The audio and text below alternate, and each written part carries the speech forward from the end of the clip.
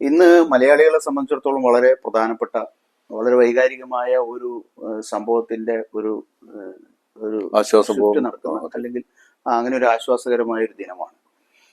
ശിരൂരിലെ land സ്ലൈഡിന്റെ ഭാഗമായിട്ട് കാണാതായ അർജുന്റെ ലോറിയും അത് കണ്ടെത്താനുള്ള ശ്രമങ്ങൾ കുറെ കൂടി മൂർത്തമായ രീതിയിൽ നടക്കാൻ പോകുന്നു എന്ന ഒരു തോന്നൽ എല്ലാവരിലും ഉണ്ടാക്കുന്ന ഒരു ദിനം കൂടിയാണ്. ഇന്ന് ഉച്ചയ്ക്ക് ശേഷം നമ്മളിപ്പോൾ സംസാരിക്കുമ്പോൾ ഒരു പക്ഷെ അവിടെ ഡ്രഡ്ജിങ് ആരംഭിച്ചിട്ടുണ്ടാകും. കഴിഞ്ഞ 1-2 ദിവസമായി കാലാവസ്ഥയുടെ പ്രതികൂലാവസ്ഥയൊക്കെ മറികടന്ന് ഷിരൂരിൽ ഡ്രഡ്ജർ എത്തിക്കഴിഞ്ഞിരിക്കുന്നു. ഒന്ന്, ആ അർജുനെ കണ്ടെത്താൻ, അർജുൻ ഓടിച്ച ട്രക്ക് കണ്ടെത്താൻ പറ്റുന്ന തരത്തിലുള്ള ഒരു സംവിധാനമാണ് ഇപ്പോൾ അവിടെ എത്തിയിരിക്കുന്നത് എന്ന് നമുക്ക് ഉറപ്പിച്ചു പറയാൻ കഴിയും. ഞാനിപ്പോ ലേൺ ചെയ്ത പ്രകാരം അവിടെ ഒരു എക്സ്കവേറ്റർ മോഡലിലുള്ള, അതായത് നമ്മൾ ഇറ്റാച്ചി ഒക്കെ മാതിരിയുള്ള ബക്കറ്റ് കൊണ്ട് മണ്ണ് കോരി ഒഴിവാക്കുന്ന ഒരു സിസ്റ്റമാണ് എന്നുള്ള. അത്രയും ഒരു വലിയ ടയറിംഗ് ടാസ്കിലേക്ക് നമ്മൾ പോകണോ എന്നുള്ളതാണ് എൻ്റെ ചോദ്യം. കാരണം ഈ മെറ്റൽ ബോഡിയും ഈവൻ ഹ്യൂമൻ ബോഡിയുടെ പ്രത്യേകിച്ച് ബോൺസ് ഐഡന്റിഫൈ ചെയ്യാൻ പറ്റുന്ന സാധനങ്ങൾക്ക് നമ്മളുടെ ഇടയിൽ കോമൺ ആയിരിക്കെ അത് സ്പോട്ട് ചെയ്ത് അത് ഡ്രില്ല് ചെയ്ത് ആ ഏരിയ മാത്രം എന്താ പറയാ എക്സ്കവേറ്റ് ചെയ്തതിന് ശേഷം നമുക്ക് ഈ അർജുനെ കണ്ടെത്തുക എന്നുള്ള ടാസ്കിനല്ലേ നമ്മൾ ഇതൊക്കെ വരുന്നത്. അവിടെയുള്ള മണ്ണെല്ലാം കൂടെ വാരി വേറെ എവിടെയും കൊണ്ടിടുക, അതുണ്ടാക്കുന്ന പാരിസ്ഥിതിക പ്രശ്നങ്ങൾ, അതുണ്ടാക്കുന്ന എപ്പിഡമിക് കൺസേൺസ്, അങ്ങനെ പ്രോബ്ലംസ് ഒക്കെ ഒരു മറ്റൊരു രീതിയിലേക്ക് മാറും. നമ്മളൊരു എൻവിറോൺമെന്റ് റെമഡി അല്ല നമ്മൾ ചെയ്യുന്നത്. ഉപകരണം ഉപയോഗിച്ച് നേവിയുടെ അതുപോലെ തന്നെ മറ്റ് ഈ പറയുന്ന മെറ്റൽ ഡിറ്റക്ടർ സംവിധാനങ്ങളൊക്കെ ഉപയോഗിച്ച് ഏതാണ്ട് ഒരു സ്ഥലം ലൊക്കേറ്റ് ചെയ്ത് വെച്ചിട്ടുണ്ട് എന്നുള്ള ഒരു സൂചന നമുക്ക് കിട്ടിയിരുന്നു. അതോടൊപ്പം തന്നെ ഈ ലോറിയിൽ ഉണ്ടായിരുന്ന വലിയ തോതിലുള്ള മരം, ആ മരം കെട്ടിയിരുന്ന കയറ് കണ്ടെത്തിയ ഒരു സ്ഥലം, അതുപോലെ തന്നെ ആ ലോറിയിലെ ജാക്ക് കണ്ടെത്തിയ സ്ഥലം, അങ്ങനെ എല്ലാം കൂടിയായി ഏതാണ്ട് ഇന്ന സ്ഥലത്തായിരിക്കും എന്നുള്ള തരത്തിലുള്ള ഒരു ഡിറ്റക്ഷൻ ഈ ഒരു സ്പോട്ടിനെ സംബന്ധിച്ച് നേരത്തെ ഉണ്ടായതായി നമ്മൾ മാധ്യമങ്ങളിലൂടെയൊക്കെ അറിഞ്ഞ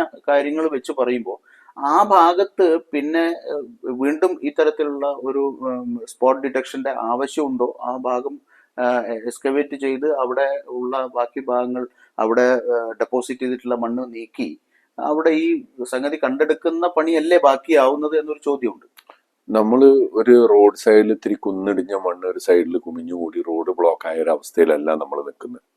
ഒരു മലയുടെ വലിയൊരു പോർഷൻ ഇടിഞ്ഞു വീണ് അതെല്ലാം കൂടെ ഒരു വലിയ നദിയിലേക്ക്, കുത്തൊഴുക്കുള്ള വലിയൊരു നദിയിലേക്ക് പോയി.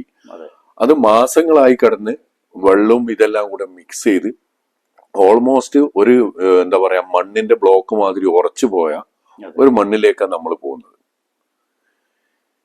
ഈ എക്സ്കവേറ്ററിന്റെ ഒരു ഹാൻഡ് തന്നെ എത്രത്തോളം ഈ മണ്ണിനെ കോരിയെടുക്കാൻ പറ്റും എന്നുള്ളതും ഒരു ചോദ്യം. അത് സംബന്ധിച്ച് ഒരു വാർത്ത വന്നത് 4 മീറ്ററോ 5 മീറ്ററോ മറ്റോ ആഴത്തിൽ പോകാൻ പറ്റും എന്നുള്ള രീതിയിലാണ്. അത് മതിയോ അത് എന്നെ സംബന്ധിച്ച് വലിയൊരു കൺസേൺ തന്നെയാണ്. അതായത് 4-5 മീറ്ററിലല്ല. അതായത് നമുക്കൊരു GPR ഉപയോഗിച്ച് കഴിഞ്ഞാൽ നമുക്കൊരു 30 മീറ്റർ വരെ ഹ്യൂമൻ ബോഡി ഐഡന്റിഫൈ ചെയ്യാനും 2D 3D ഇമേജുകൾ മെഷീൻ തന്നെ നമുക്ക് തരുന്നതായിട്ടുള്ള ഒരു സംവിധാനം നമ്മളുടെ ഈ ഇൻഡസ്ട്രിയുടെ ഈ ഓയിൽ എക്സ്കവേഷൻ, അണ്ടർലൈൻ കേബിൾ സംവിധാനങ്ങൾ, ഇതൊക്കെ ചെയ്യുന്ന ഏജൻസികൾ തന്നെ ഉണ്ട്. ഇന്ത്യയിൽ അത് ലഭ്യമാണ്. ആണ്, ബോംബെയിലുണ്ട്, ചെന്നൈയിലുണ്ട്, ബാംഗ്ലൂർ, ഇതെല്ലാം കൂടെ കോർഡിനേറ്റ് ചെയ്യുന്ന ഏജൻസികളുണ്ട്. ഞാൻ ഈ അവിടെ മുങ്ങൽ വിദഗ്ധനായിട്ടുള്ള ഈശ്വർ മൽപ്പ ഉണ്ടല്ലോ, അദ്ദേഹത്തിന്റെ ടീം അംഗങ്ങളായിട്ടുള്ള നമ്മുടെ കേരളത്തിൽ നിന്ന് പോയ 1-2 സുഹൃത്തുക്കളായിട്ട് ഞാൻ സംസാരിച്ചു. അവർ പറയുന്നത് ഏതാണ്ട് 60 മീറ്റർ താഴ്ചയുണ്ട് ആ നദിക്ക്. അന്ന് നന്നായി വെള്ളമുള്ള സമയത്ത്. പക്ഷെ ഈ മണ്ണ് വന്ന് അടിഞ്ഞതോടുകൂടി ഏതാണ്ട് അതൊരു 30 മീറ്ററായി കുറഞ്ഞിട്ടുണ്ട്. ആ 30 മീറ്റർ താഴ്ചയിൽ കിടക്കുന്ന, അല്ലെങ്കിൽ അത്രമാത്രം മണ്ണ് അവിടെ ഡെപ്പോസിറ്റ് ചെയ്യപ്പെട്ട ഒരു സ്ഥലത്ത് 4-5 മീറ്റർ ദൂരെ താഴ്ചയിലേക്ക് മാന്തി എടുക്കാൻ പറ്റുന്ന ഈ പറയുന്ന ഡ്രഡ്ജിങ് യൂണിറ്റ് കൊണ്ട് എന്താണ് ഫലം എന്നൊരു സംശയം ബാക്കിയാണ്. നമ്മളെ നാട്ടിൽ സ്ഥിരം കാണുന്ന ചില എക്സർസൈസുകളുണ്ട്. നമ്മൾ ഫേസ് ചെയ്യുന്ന ഒരു കൺസേൺ, അതൊരു സോഷ്യൽ കൺസേൺ ആയി വരുമ്പോൾ പിന്നെ അതിലെങ്ങനെ മുതലെടുക്കാം എന്നുള്ളതാണ്. എവിടെയാണെങ്കിലും ഞാൻ എൻ്റെ ഒക്കെ ഒരു ലൈഫിൽ ഞാൻ പലപ്പോഴും ഞാൻ പബ്ലിക്കായിട്ടുള്ള കുറെ കാര്യങ്ങൾ ഇടപെടുന്ന ഞാൻ കണ്ടിരുന്നു. അതായത് നിജമായ സംഗതികൾ കൂടി ആലോചിച്ച് അതിൻ്റെ എക്സ്പേർട്സുമായി കൂടിയിരുന്ന് അത്തരം കാര്യങ്ങൾ ഐഡന്റിഫൈ ചെയ്ത് അത് പ്രിസൈസ് ആയിട്ട് അത് ഇംപ്ലിമെന്റ് ചെയ്ത് അതുകൊണ്ട് ഉദ്ദേശിക്കുന്ന ടാസ്ക് അച്ചീവ് ചെയ്യുന്നതിന് പകരം എപ്പോഴും മറ്റൊരു അജണ്ടയായിരിക്കും ഒരു ഒരു ഒരു സോഷ്യൽ കോസിന്റെ അല്ലെങ്കിൽ ജനങ്ങളുടെ കൺസോളിലോ മുകളിൽ. എന്താണ് താങ്കൾ അങ്ങനെ ഒരു എന്താണ് ഇതിൽ ഞാനത് പറഞ്ഞു കഴിഞ്ഞാൽ നമ്മൾ മൊത്തം വ്യവസ്ഥയോടുള്ള ഒരു കലഹമാണ്. പിന്നെ അത് നമ്മളങ്ങനെയാണ്, നമ്മൾ ആരാണെങ്കിലും ഇതിൽ അങ്ങനെയൊക്കെ നിന്നും മറ്റൊരു മുതലെടുപ്പ് എവിടെയാണെങ്കിലും നമ്മൾ നേരെ, അതായത് ഒരുപക്ഷെ എവിടെയാണ് മണ്ണ് ലോബിയായിരിക്കാം അല്ലെ? എല്ലാ ലോബികളും ഉണ്ടാവും, എല്ലാ ലോബികളും ഉണ്ട്. പിന്നെ ഇതിനോടൊന്നും കൃത്യമായിട്ട് കമ്മ്യൂണിക്കേറ്റ് ചെയ്യാനോ ഗൈഡ് ചെയ്യാനോ കാര്യങ്ങൾ അറിഞ്ഞാൽ പോലും പലപ്പോഴും ഈ കാര്യങ്ങളിൽ ചെയ്യാൻ പറ്റാത്ത നിവൃത്തികേടാവുന്ന ഉദ്യോഗസ്ഥ നേതൃത്വം പോലും ഞാൻ എന്റെ മുമ്പിൽ കണ്ടിട്ടുണ്ട്. അപ്പോ ഇവിടെ ഇപ്പം ഈ ചെയ്യുന്ന ഒരു എക്സർസൈസ് ഒരു പ്രഹസനമാവോ ഇല്ലയോ എന്നുള്ള, അല്ലെങ്കിൽ വേറൊരു അജണ്ടയിലാണോ വർക്ക് ചെയ്യുന്നത്, ഞാനൊരു നിരുത്സാഹപ്പെടുത്തുകയല്ല. നമ്മൾ അങ്ങനത്തെ കാര്യങ്ങളെ കുറിച്ചൊന്ന് പഠിക്കുക. ആ പഠിക്കുന്ന ഏജൻസികൾ മുന്നോട്ട് വരട്ടെ, അല്ലെ അത്തരം ഏജൻസികളെ നമുക്ക് റെഫർ ചെയ്യാം. ആ ഏജൻസികളെ ഗവൺമെന്റ് തലത്തിൽ കൊണ്ടുവന്നിട്ട് അവരെ കൊണ്ട് ചെയ്യണം. ലഭ്യമാണ്. അതായത് ഈ അണ്ടർ കേബിളുകൾ ഇടുന്ന സംവിധാനം, അതുപോലെ തന്നെ മുങ്ങിപ്പോകുന്ന കപ്പലുകൾ, ബോട്ടുകൾ, ഇതൊക്കെ പൊക്കിയെടുക്കാനും ഇത് കണ്ടെത്താനും ഉപയോഗിക്കുന്ന സംവിധാനം. നമ്മളിപ്പോ സംസാരിക്കുമ്പോഴേക്കും ഏതാണ്ട് 70 ദിവസത്തോളമായിരിക്കുന്നു ആ ലാൻഡ് സ്ലൈഡ് നടന്നിട്ട്. ഇന്ത്യയിൽ ഇത്രമാത്രം സംവിധാനങ്ങളൊക്കെ ഉണ്ടായിരിക്കും. ഇന്ത്യ അത്ര മോശം രാജ്യമൊന്നും അല്ലല്ലോ. എല്ലാ അർത്ഥത്തിലും സാങ്കേതികമായി മികവ് തെളിയിക്കാൻ കഴിയുന്ന രീതിയിലുള്ള സംവിധാനവും ഒക്കെയുള്ള രാജ്യം തന്നെയാണ്. പക്ഷെ എന്തുകൊണ്ട് ഇത് ഇവിടേക്ക് കോൺസെൻട്രേറ്റ് ചെയ്യപ്പെടുന്നില്ല, അല്ലെങ്കിൽ അവിടേക്ക് വിളിച്ചു വരുത്തപ്പെടുന്നില്ല? എന്തുകൊണ്ട് ഇത് നടക്കുന്നില്ല എന്നുള്ളൊരു ചോദ്യം സാധാരണക്കാരായ ആളുകളുടെയൊക്കെ മനസ്സിലുണ്ട്. ഈ പറയുന്ന ദുരന്ത നിവാരണ രംഗത്ത് ഉപയോഗിക്കേണ്ട ഉപകരണങ്ങൾ ഇന്ത്യയിൽ ലഭ്യമാണെന്നിരിക്കെ ഇതൊന്നും ട്രേസ് ചെയ്യാനോ ഇതൊന്നും കണ്ടെത്താനോ ഇതൊക്കെ ഉപയോഗപ്പെടുത്താനോ കഴിയുന്ന സംവിധാനം എന്തുകൊണ്ട് പ്രവർത്തിക്കുന്നില്ല? നമുക്കൊരു മുൻവിധി ഉണ്ട്, അതൊക്കെ മതി എന്ന്. ഓരോന്നിനും സാഹചര്യം അനുസരിച്ചുള്ള എക്യുപ്മെന്റ് വേണം. അത് നമ്മൾ മണി വേസ്റ്റ് ആക്കൂല, എഫർട്ട് വേസ്റ്റ് ആക്കൂല, നമ്മൾ ഉദ്ദേശിക്കുന്ന ടാസ്ക് അച്ചീവ് ചെയ്യാനും പറ്റും. അതിനു പകരം നമ്മൾ ഇവിടുന്ന് അമേരിക്കയ്ക്ക് പോകാൻ പറ്റുന്ന ഒരു സൂപ്പർസോണിക് വിമാനം എടുത്തിട്ട് നമുക്ക് ശൂന്യാകാശത്തേക്ക് പോകാൻ പറ്റുമോ? ഇല്ല. നമ്മൾ അതിന് റോക്കറ്റ് തന്നെ അച്ചീവ് ചെയ്യണം, അതിന്റെ ടെക്നോളജി അച്ചീവ് ചെയ്യണം. അത്തരം സംവിധാനങ്ങളോട് ഉണ്ടല്ലോ, അവൈലബിൾ ആണ്. ഇത് മാത്രല്ല, ഈ ഒരു എക്യുപ്മെന്റ്സ് ഒന്നും ഇന്നോ ഇന്നലെയോ കണ്ടുപിടിച്ചൊന്നുമല്ല, എത്രയോ നൂറ്റാണ്ടുകൾ ആയിട്ട് ഡെവലപ്പ് ചെയ്ത മെഷീനറികളാണ്. അതുമല്ല, ഒബ്ജക്റ്റ് അല്ല, ഒരു റിങ്ങോ അല്ലെങ്കിൽ ഒരു ബാങ്കിളോ അല്ല ഒബ്ജക്റ്റ് അല്ല പിന്നെ ഡിറ്റക്ട് ചെയ്യാനുള്ളത്. ഒരു വലിയ ലോറിയാണ്, 10-16 വീലുള്ള ഒരു വലിയ ലോറിയാണ്. അതിനെ പോലും ഡിറ്റക്ട് ചെയ്യാൻ പറ്റുന്ന തരത്തിലുള്ള ഒരു സംവിധാനം നമുക്ക് ഉണ്ടായില്ല എന്ന് പറയുന്നത് എന്തുകൊണ്ട് അവിടെ അപ്ലൈ ചെയ്യും? അതായത് ടോവബിൾ മാഗ്നറ്റോമീറ്റർ എന്ന് പറയുന്നത്, അത് നമ്മൾ കാണുന്ന ട്രെയിലർ കണ്ടിട്ടില്ല റോഡിലൂടെ, ആ ട്രെയിലറിൽ വെച്ചിട്ട് ഓടിച്ചുകൊണ്ട് വരാൻ പറ്റുന്ന സാധനമാണ്. അത് തന്നെയാണ് ഇവർ ബോട്ടിലേക്ക് കയറ്റാറുള്ളത്. ആ സാധനം ബോട്ടിൽ കയറ്റിയാൽ ഇത് എവിടെയാണോ സ്പോട്ട് ചെയ്ത് കറക്റ്റ് സ്പോട്ട് കണ്ടെത്താൻ പറ്റും. മാഗ്നറ്റോമീറ്റർ പറഞ്ഞാൽ ഈവൻ 30 അടിന്റെയും താഴേക്ക് 50 അടി അല്ല 30 അടിയല്ല 30 മീറ്ററിന്റെയും 50 മീറ്റർ വരെ ഉള്ള സംഗതികൾ ഒബ്ജക്റ്റുകളെ ഡിറ്റക്ട് ചെയ്യാൻ പറ്റും. മെറ്റൽ ബോഡി, പ്രത്യേകിച്ച് മെറ്റൽ ബോഡികളൊക്കെ. ഞാന് പിന്നെ GPR സജസ്റ്റ് ചെയ്യാൻ കാരണം, GPRൽ നമുക്ക് ബോൺസ് ഐഡന്റിഫൈ ചെയ്യാനും അതിന്റെ ഒരു ഇമേജ് മെഷീൻ തന്നെ ഓട്ടോമേറ്റ് ചെയ്ത് തരുന്ന ഒരു സംവിധാനം. കാരണം 3 ബോഡി ഇപ്പോ അറിയുന്ന 3 ബോഡി ഇനിയും റിക്കവർ ചെയ്യാനുണ്ടാവും. അപ്പം അതാണ് ഇതിന്റെ ഏറ്റവും പ്രധാനപ്പെട്ട ആവശ്യവും. ലോറിയെ സംബന്ധിച്ചിടത്തോളം അതൊരു സാമ്പത്തിക തലം മാത്രമാണ് അതിനുള്ളത്. മറ്റേത് കുറെ കൂടി 3 മനുഷ്യജീവനുകളുടെ കാര്യമാണ്, അതിന്റെ റിക്കവർ ചെയ്യേണ്ട കാര്യമാണ്. അപ്പൊ അത് കണ്ടെത്തുന്ന തരത്തിലുള്ള ഒരു സംവിധാനമാണ് യഥാർത്ഥത്തിൽ വേണ്ടിയിരുന്നത് അല്ലെ? അതിന് പരിക്കില്ലാതെ അല്ലെങ്കിൽ വലിയ തോതിൽ ഇതില്ലാത്ത രീതിയിൽ റിക്കവർ ചെയ്യാൻ പറ്റുന്ന ഒരു സംവിധാനമായിരുന്നു വേണ്ടിയിരുന്നത്. ഇപ്പോ ഒരു ബിഗർ ഒരു JCB എന്നുള്ള നിലയിലേക്ക് പറയാവുന്ന ഒരു ഡ്രഡ്ജർ കൊണ്ട് ഫലമുണ്ടോ എന്നുള്ളതാണ്. ഇത് അവിടുന്ന് കുറച്ച് മണ്ണ് വാരിയെടുക്കണം, അതിൽ കിട്ടിയാ കിട്ടി, നമുക്ക് പ്രാർത്ഥിക്കാം. നമ്മൾ ഇതിനോട് നോക്കിയിട്ട് നമുക്ക് നിസ്സഹായരാവാം എന്നല്ലാണ്ട് നമുക്ക് എന്ത് ചെയ്യാൻ പറ്റും? ഈ ഡിറ്റക്ട് ചെയ്ത സ്ഥലം തന്നെയാണ് എടുക്കുന്നതെങ്കിൽ പോലും ഈ പറയുന്ന അപകടത്തിന് സാധ്യതയുണ്ട് അല്ലേ? കാരണം ഈ പറയുന്ന മണ്ണ് വാരിയെടുക്കുന്ന സമയത്ത് ഇതിൽ ബോഡി ഉണ്ടോ ഇല്ലേ എന്നുള്ളതൊന്നും എങ്ങനെ തിരിച്ചറിയാൻ കഴിയില്ല. കാരണം ഇത് വലിയ കൊട്ട, നമ്മൾ ഇറ്റാച്ചി തന്നെ നമ്മൾ ഒരാളെ അതിൽ വെട്ടാൻ പോയിട്ടില്ല, കാരണം വലിയ ബക്കറ്റാണ്. അപ്പൊ അതിന്റെ വലിയൊരു മെഷീനറിയാണ് ഈ ഷിപ്പിൽ കൊണ്ട് ഇവർ ചെയ്യുന്നത്. പിന്നെ അപ്പൊ അതുകൊണ്ട് ഇത് വാരിയെടുത്ത് വരുന്ന അതിനകത്ത് ഈ ബോഡി എന്തായാലും ഡീക്കേ ആയിട്ടുണ്ട്. അപ്പൊ ബോൺസ് മാത്രമേ അവശേഷിക്കുന്നുണ്ടാവുള്ളൂ. അപ്പൊ ഈ ഒരു പിന്നെ എന്താ പറയാ ബോൺസിനെ നമ്മൾ കോരി ബോൺസ് എന്ന് പറയാൻ കണക്റ്റഡ് ഒന്നുമല്ല. അല്ല അല്ല ഒരു സ്കെൽട്ടൺ നമ്മൾ എന്താ പറയാ കാണുന്ന രൂപത്തിൽ മെഡിക്കൽ കോളേജിൽ കാണുന്ന രൂപത്തിലും കിടക്കൂല. അത് പീസായിട്ട് അത് തന്നെ പല സ്ഥലത്ത് സ്കാറ്റേർഡ് ആയിട്ടുണ്ടാവും. അതെ അതെ അതെ നമ്മളിപ്പോ ഒരു കുഴിയിൽ കുഴിച്ചിട്ടാൽ അത് ഒഴുകി പോവാത്തോണ്ടത് നല്ല കുഴിയിൽ കുറെ ഒഴുകി പോയിട്ടുണ്ടാവും, കുറെ മണ്ണൊക്കെ അല്ലേ. പിന്നെ ആ കുത്തൊഴുക്കില് ചിലപ്പം അത് അങ്ങോട്ടും ഇങ്ങോട്ടും പാർട്സ് ആയിട്ട് ഇരിക്കാനൊക്കെ അതും സാധ്യതയുണ്ട്. അപ്പൊ ഈ ബോൺസ് ശരിക്കും ഡിറ്റക്ട് ചെയ്യാൻ കഴിയുന്ന ഒരു സാധനമാണ് ഞാൻ പറഞ്ഞ GPR. GPR 30 മീറ്റർ വരെ, 30 മീറ്ററിന്റെ അടിയിലേക്ക് തിരയണമെങ്കിൽ ലോറി ഉണ്ട്. പിന്നെ ഈ ലോറി വെച്ചിട്ട് നമുക്ക് 50 മീറ്റർ വരെ സെലക്ട് ചെയ്യാൻ പറ്റും. താങ്കളുടെ അഭിപ്രായത്തിൽ ഇത് ഇന്ത്യയിൽ ഇപ്പം ഈ സംഭവം നടക്കുന്നത് കർണാടകത്തിലാണല്ലോ. ആ ഒരു കർണാടകയിലെ ശിരൂരിന്റെ ഒരു 200-300 കിലോമീറ്റർ ചുറ്റളവിൽ അല്ലെങ്കിൽ പരിധിയിൽ ഈ സംഗതി ലഭ്യമാണോ? അല്ല, നമ്മള് ഓരോ സംഗതി ഓരോ എക്യുപ്മെന്റും അതാതിന്റെ പ്രൊഫഷണൽ മേഖലകളിൽ അവൈലബിൾ ആവുള്ളൂ. ഇത് സ്റ്റേറ്റ് ഇൻവോൾവ് ആയിട്ടുള്ള ഒരു കൺസേൺ അല്ലേ. അതെ അതെ ഒരു സ്റ്റേറ്റിന് അതായിട്ട് ബന്ധപ്പെട്ട ഡിപ്പാർട്ട്മെന്റുകൾക്ക് എഴുതിയാൽ കിട്ടാവുന്ന ഒരു സാധനം. അതായത് ഷിപ്പിംഗ് ഇൻഡസ്ട്രി ആയിട്ടാണ് ഇത് കാര്യമായിട്ട് വർക്ക് ചെയ്യുന്നുണ്ടാവും. അതെ, പിന്നെ ഈവൻ നമ്മളെ വലിയ കമ്പനികളും ഇതായിട്ട് ഇന്റർലിങ്ക്ഡ് ആണ്. കാരണം ഒന്നുമില്ല, കടലിൽ ഡ്രഡ്ജ് ചെയ്യും ഒക്കെ ചെയ്യുന്ന സംഗതികൾ. അതാണ് ഇതിന്റെ ഒരു സാധനം. ഈ ബോഡി ഡിറ്റക്ട് ചെയ്യാൻ അല്ലെങ്കിൽ വല്ലാർപാട് എന്നൊക്കെ പറയുന്ന പോലെ അവിടെ ഡ്രഡ്ജിങ് ഇതൊക്കെ സാധാരണ നടക്കുന്നതാണല്ലോ. സ്വാഭാവികമായിട്ടും അവിടുത്തെ ഒരു പണിയാണല്ലോ കാര്യമായിട്ട്. കാരണം കപ്പൽ ചാൽ എപ്പോഴും ആഴം ഉണ്ടായിരിക്കേണ്ടതിന് ആവശ്യമാണല്ലോ.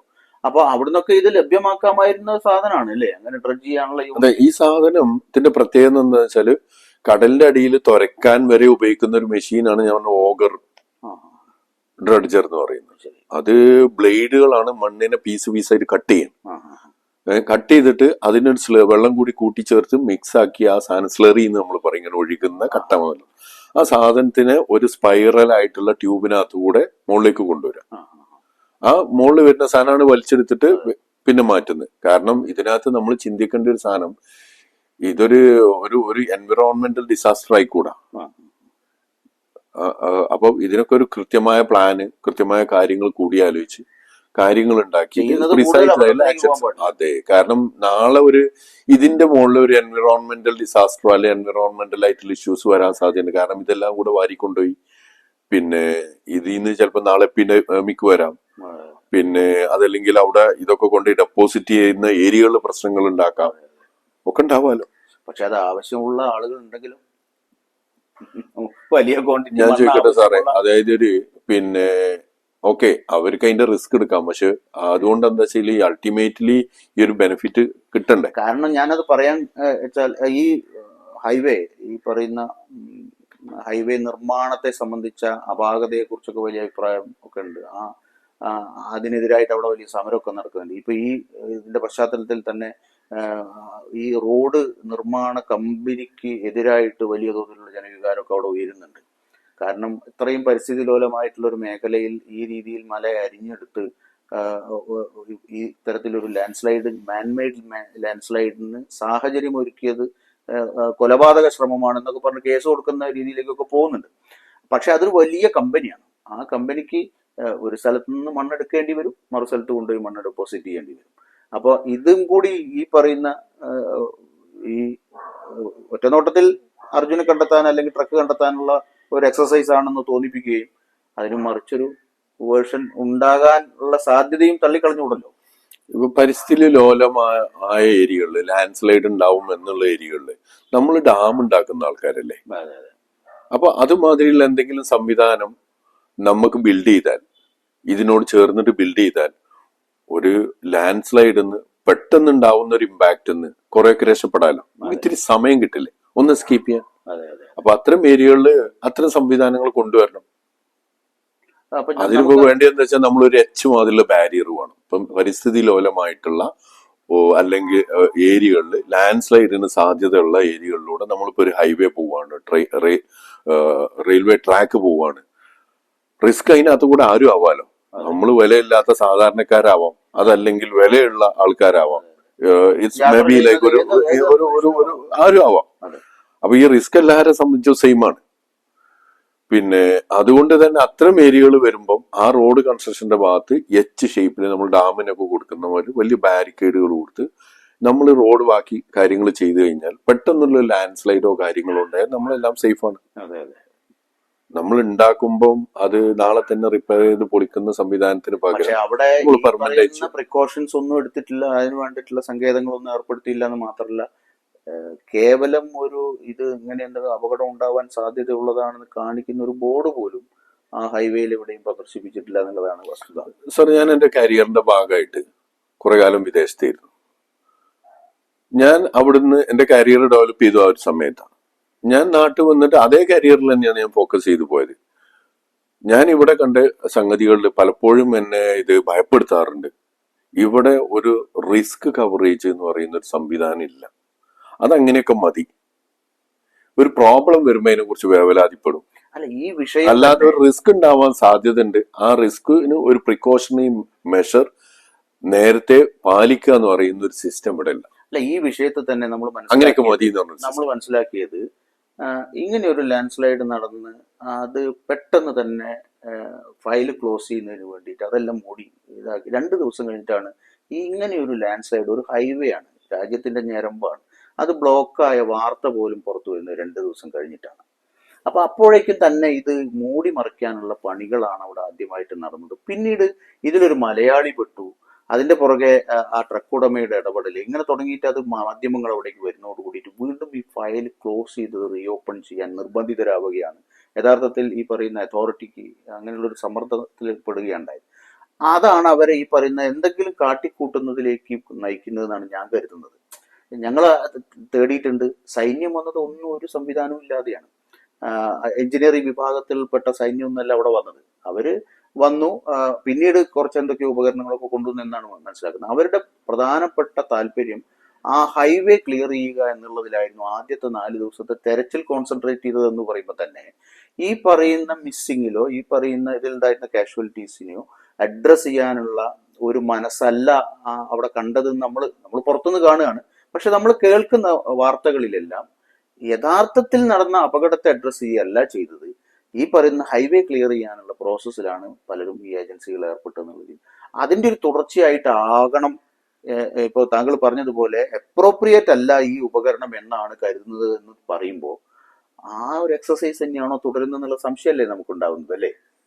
ഇപ്പം അർജുനെ കണ്ടെത്തലാണോ, ട്രക്ക് കണ്ടെത്തലാണോ, അല്ലെങ്കിൽ അവിടെ നിന്ന് നഷ്ടപ്പെട്ട വേറെയും 2 പേരുണ്ട് എന്ന് ഇപ്പൊ 3 പേരുടെ കാര്യമാണ് പറയുന്നത്. ഇനി എത്ര ആളുകൾ ഉണ്ടായിരുന്നു നമുക്കറിയില്ല.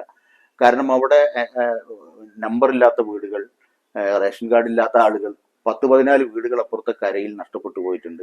ഇതുമായി ബന്ധപ്പെട്ട് വലിയ തോതിലുള്ള ഒരു വാട്ടർ ഫ്ലോ ഉണ്ടായതിന്റെ ഭാഗമായിട്ട് ഇവിടെ തന്നെ ഈ അവിടെ കച്ചവടം ചെയ്തിരുന്ന ഒരു ലക്ഷ്മണയിൽ ഒരു കടയുണ്ട്, അതിന്റെ താഴത്തെ അദ്ദേഹത്തിന്റെ വീടുണ്ട്, അവിടുത്തെ കുട്ടികളുണ്ട്, അവിടെ അങ്ങനെ തുടങ്ങിയിട്ടുള്ള സംവിധാനങ്ങളൊക്കെ ഉണ്ട്. അവിടെ മറ്റു വാഹനങ്ങളുണ്ടായിരുന്നു. ഞാൻ നേരത്തെ സൂചിപ്പിച്ചല്ലോ, അവിടെ ആഴത്തിൽ മുങ്ങിത്തപ്പിയ ഈശ്വർ മൽപ്പയുടെ കൂടെയുള്ള 2 പേരെ സംസാരിച്ച സമയത്ത് പറഞ്ഞത് അവിടെ വലിയ തോതിലുള്ള ഒരു ബ്ലാസ്റ്റ് നടന്നതായിട്ടുള്ള ഒരു സൂചന പോലും പറഞ്ഞിരുന്നു. കാരണം മണ്ണ് കോരി എറിഞ്ഞതുപോലുള്ള ഒരവസ്ഥയിലാണ് അവിടെ മണ്ണ് കിടക്കുന്നത്.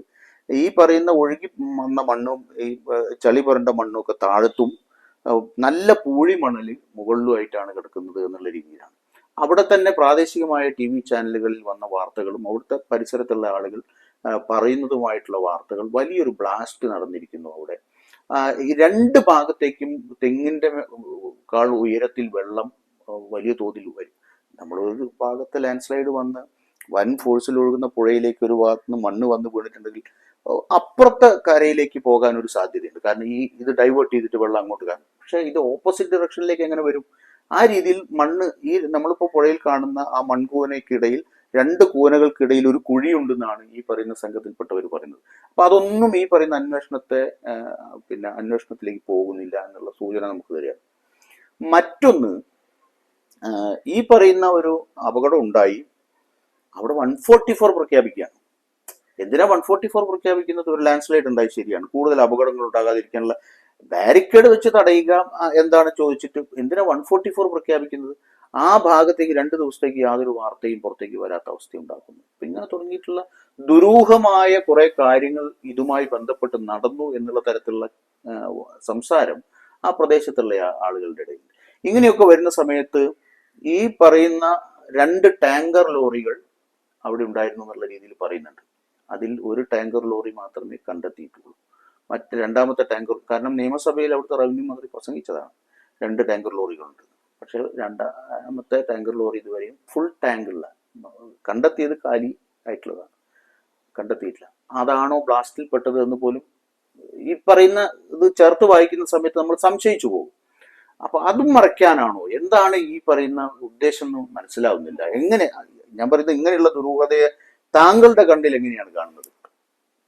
അതായത് ഈ ഒരു ലാൻഡ് സ്ലൈഡ്, അത് അവിടെയുള്ള ഹെവി ഒബ്ജക്റ്റിനെ മുന്നോട്ട് മൂവ് ചെയ്യുന്ന ഒരു സിസ്റ്റം, സ്വാഭാവികമായിട്ടും ഹെവി ആയിട്ടുള്ള ലിക്വിഡും മെറ്റൽ ബോഡിയും ഒക്കെ ഉള്ള ഒരു വണ്ടി കുറെ കൂടി മണ്ണിന്റെ മുമ്പേ താഴേക്ക് പതിക്കാനും, താഴേക്ക് പതിക്കുമ്പോൾ സ്വാഭാവികമായിട്ടും കാറുകളും ബസ്സുകളും വരെ പൊട്ടിത്തെറിക്കണം. ഫ്യൂൽ ടാങ്കുകൾ 500 ലിറ്ററും 200 ലിറ്ററും ഒക്കെ ഉള്ള 100 ലിറ്ററും 50 ലിറ്റർ വരെയുള്ള പൊട്ടിത്തെറിക്കുന്നത് നമുക്ക് കാണാം. സ്വാഭാവികമായിട്ടും പ്രഷറിൽ വരുമ്പോൾ ആ പൊട്ടിത്തെറിന്റെ ബ്ലാസ്റ്റ് തന്നെയാവാം, അത് സ്വാഭാവികമായിട്ട് ഒരു ഇമ്പാക്ട് ഉണ്ടാവും. അതിനൊന്നുകൂടി ഞാൻ ചേർത്ത് വെക്കാം, അത് താഴേക്ക് പറഞ്ഞത് അപ്പുറത്തെ കരയിലെ തെങ്ങുകളുണ്ട് അവിടെ, ആ തെങ്ങുകളെല്ലാം പകുതി മുറിഞ്ഞ നിലയിലായിരുന്നു എന്നുള്ളതാണ്. വെള്ളം വന്ന് പോയിട്ടുണ്ടെങ്കിൽ തെങ്ങിന് പകുതി മുറിഞ്ഞു പോവുക അങ്ങനെ സാധ്യതയുണ്ടോ, എങ്ങനെയാണത്? അല്ല, ഒരു ബ്ലാസ്റ്റ് എയറിൽ, നമ്മളിപ്പോ ഇടി കണ്ടിട്ടില്ലേ, അതെ, ഒരു മിന്നല് വരുന്നു, അത് എയറിലുണ്ടാക്കുന്ന ചില പ്രശ്നങ്ങൾ.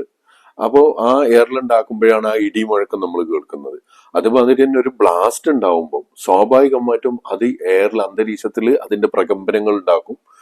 ആ പെട്ടെന്ന് അന്തരീക്ഷത്തിലെ ടെമ്പറേച്ചർ മാറുക. നമ്മൾ ഈ ആറ്റം ബോംബ് എന്നൊക്കെ പറയുന്നത് ടെമ്പറേച്ചർ മാറുക, അതിനകത്ത് മുള്ളും ചില്ലും ആണിയൊന്നും ധരിക്കുന്നല്ല, അതൊക്കെ ചെറിയ ബോംബുകളാണ്. ഈ ചൂടാണ് അവിടെ ക്രിയേറ്റ് ചെയ്യുന്നത്. ശരിക്കും ഈ ചൂട് ക്രിയേറ്റ് ചെയ്യുമ്പോൾ സ്വാഭാവികമായിട്ടും അന്തരീക്ഷത്തിലേക്കാണ് ഇത് വരുന്നത്. ഇത് എയറിന്റെ പ്രഷറിൽ മാറ്റങ്ങൾ ഉണ്ടാക്കും. അപ്പൊ സ്വാഭാവികമായിട്ടും ചൂട് കൂടിയ എയറുകൾ പിന്നെ ഉയർന്നു പൊങ്ങാനും മറ്റുള്ള ഏരിയകളിലുള്ള തണുത്ത എയർ അങ്ങോട്ട് വരാനും, അത് അന്തരീക്ഷത്തിൽ ഉണ്ടാക്കുന്ന നമ്മൾ ഇടിമുഴക്കം മാതിരിയുള്ള അതിന്റെ വലിയ ഇമ്പാക്ട്, കാരണം വലിയ ഫോഴ്സിലാണ് വരുന്നത്. അപ്പൊ അത് തന്നെയാണ് നമ്മൾ ഇടിമുഴക്കും. അത് എന്താ വെച്ചാൽ മറ്റുള്ള സംഗതികൾക്കും അടുത്തുള്ള ഡാമേജുകൾ, പിന്നെ ബോംബ് വീഴുമ്പോൾ ജനലും ബിൽഡിങ്ങും ഒക്കെ വീഴുന്ന, എല്ലാ ബിൽഡിങ്ങിന്റെ മുകളിൽ കൊണ്ടുപോയിട്ട് ഈ ബോംബ് വീണിട്ടല്ലല്ലോ, അതൊരു സ്പോട്ടിലാണ് വീഴുന്നത്. ആ ഏരിയ മൊത്തം നശിക്കുന്നില്ലേ. ഇത് ഈ എയറിലൂടെയുള്ള മൂവ്മെന്റ് ആണ്. പിന്നെ അതിലൂടെ ഉണ്ടാവുന്ന ചൂട് കത്തിപ്പിടിക്കണു, ഫയർ ഉണ്ടാവണം, ഒക്കെ ഉണ്ടാവുന്നു. ഇതിപ്പോ വെള്ളത്തിനോടൊപ്പം ചെന്നുകൊണ്ട് അവിടെ ഒരു കത്തിപ്പിടിക്കൽ ഉണ്ടായില്ല. മറ്റേ നമുക്ക് കത്തിപ്പിടിക്കൽ എക്സ്പെക്ട് ചെയ്യായിരുന്നു. അതെ. പിന്നെ മറ്റു വണ്ടികളും ഇല്ലേ, അതിനകത്തൊക്കെ ഇമ്പാക്റ്റുകൾ ഉണ്ടാവാൻ സാധ്യതയുണ്ട്. അപ്പൊ അതിനെക്കുറിച്ച് അത് ഇങ്ങനെ അന്വേഷണത്തിലൂടെ പുറത്തു വരുന്നുള്ള ഭയമാണോ, യഥാർത്ഥത്തിലുള്ള ഒരു സങ്കേതം ഉപയോഗിച്ചിട്ടുള്ള തെരച്ചിലേക്ക് അന്വേഷണത്തിലൂടെ വരുമോ എന്നുള്ള ഭയമൊന്നും ആയിരിക്കാനല്ല സാധ്യത. കാരണം നമ്മളെ വ്യവസ്ഥിതി ഞാൻ മനസ്സിലാക്കിയത് ചിലതൊക്കെ അങ്ങനെയൊക്കെ മതി, ആരോ ആർക്കോ വേണ്ടി എന്തൊക്കെ പോയി.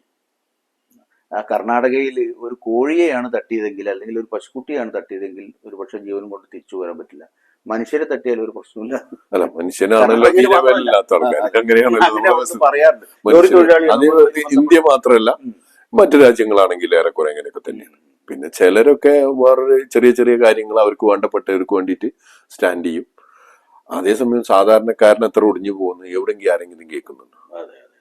എന്തായാലും നമുക്ക് ഈ ഒരു പ്രതീക്ഷ അങ്ങനെയാണല്ലോ, നമ്മൾ പ്രതീക്ഷിക്കുക ഇതിൽ നിന്ന് എന്തെങ്കിലും ഔട്ട്കം വരട്ടെ എന്ന് വിചാരിക്കുക. പക്ഷെ അതിനോടൊപ്പം തന്നെ എനിക്ക് തോന്നുന്നത് നമ്മൾ കുറെ കൂടി പ്രിസൈസ് ആയിട്ടുള്ള മെഷറിലേക്ക് അന്വേഷണങ്ങൾ വ്യാപിപ്പിക്കുകയും അത്തരം സംവിധാനങ്ങൾ നമ്മൾ എത്തിക്കുകയും ഇത് സക്സസ് ആവുന്നില്ല എന്നുള്ളത് നമുക്ക് കുറച്ച് ദിവസങ്ങളാവുമ്പോൾ അറിയും. അപ്പൊ നമ്മൾ അത്തരം മെഷേഴ്സിനും കൂടി ഇൻവോൾവ് ചെയ്യാനും നമുക്ക് എന്തായാലും അർജുനെ കണ്ടെത്തണം. അതാണ് കേരളത്തിന്റെ ആവശ്യം. അപ്പൊ അർജുനെ ബോഡി ആയിട്ടോ അത് ചിലപ്പോൾ ലോറിക്കകത്തയക്കാൻ സാധ്യതയുണ്ട്. കാരണം അങ്ങനത്തെ ഒരു ലോറിയാണത്. അപ്പൊ സ്വാഭാവികമായിട്ടും അതിന്റെ ഇമ്പാക്റ്റ് ഒക്കെ ആയിട്ട് ആളെ അതിനകത്ത് തന്നെ ഉണ്ടാവും. പിന്നെ അത്രയും വലിയൊരു ഒബ്ജക്റ്റ് ആയതുകൊണ്ട് ലോറി കണ്ടെത്തലായിരിക്കും പ്രൈമറി നമ്മൾ ഫോക്കസ് ചെയ്യേണ്ട ഒരു സാധനം. അത് ഈ കുറെ കൂടി വലിയ എളുപ്പവും അതാണ്. എന്നിട്ട് കണ്ടെത്തിയിട്ട് അതിനകത്ത് അർജുൻ ഇല്ല എങ്കിൽ നമ്മൾ മറ്റു ഏരിയകളിലേക്ക് നോക്കിയാൽ മതിയല്ലോ. അപ്പൊ നമ്മൾ ആ ഒരു ലെവലിലേക്ക് ചിന്തിച്ചു കൊടുക്കും. എന്തായാലും നമ്മൾ ഒരു വലിയ പ്രതീക്ഷ ബാക്കി വെച്ചുകൊണ്ടാണ് ഇന്ന് ഡ്രഡ്ജിങ് ആരംഭിക്കുന്നത്. വരും ദിവസങ്ങളിൽ വളരെ പോസിറ്റീവായിട്ടുള്ള, നമ്മളെല്ലാവരും പ്രതീക്ഷിക്കുന്ന ഒരു വാർത്ത കർണാടകയിലെ ഗംഗാവലി പുഴയിൽ നിന്ന്, ശിരൂരിൽ നിന്ന് നമുക്ക് ഉണ്ടാകും എന്ന പ്രതീക്ഷ പങ്കുവെച്ചുകൊണ്ട് നമ്മൾ ഇന്നത്തെ നമ്മുടെ ഈ ഒരു ടോക്ക് അവസാനിപ്പിക്കുകയാണ്. നമസ്കാരം.